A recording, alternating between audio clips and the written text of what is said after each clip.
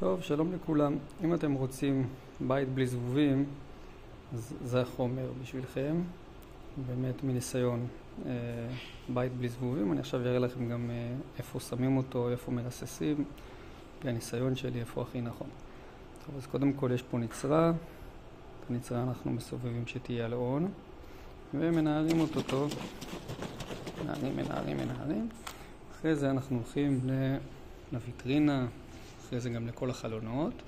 אנחנו מרססים אותו בעצם פה, בעדן החלון הצר או הרחב למי שיש. פה, אותו דבר גם למטה. אנחנו מרססים ממש בתנועות, ממש בריסוסים עדינים, ככה שבסופו של דבר ממש יש טיפות קטנות לאורך עדן החלון. אנחנו פשוט, אני עובר עכשיו מקון עדן החלון, מרסס ככה פעם בשבוע, ואפשר אחרי זה גם לנקות עם הגבון את עדן החלון לפני שמרססים.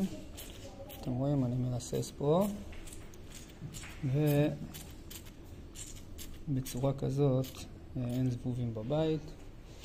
כל דבר אני ממשיך,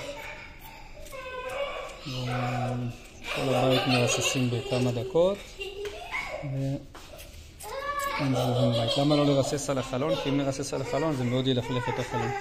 אנחנו מרססים רק על עדן החלון הקטן שצמוד לחלון. הזבובים פשוט מגיעים לחלון באופן טבעי, יורדים לריסוס, אוכלים אותו ומתים, ואין זבובים בבית. בהצלחה וכל טוב.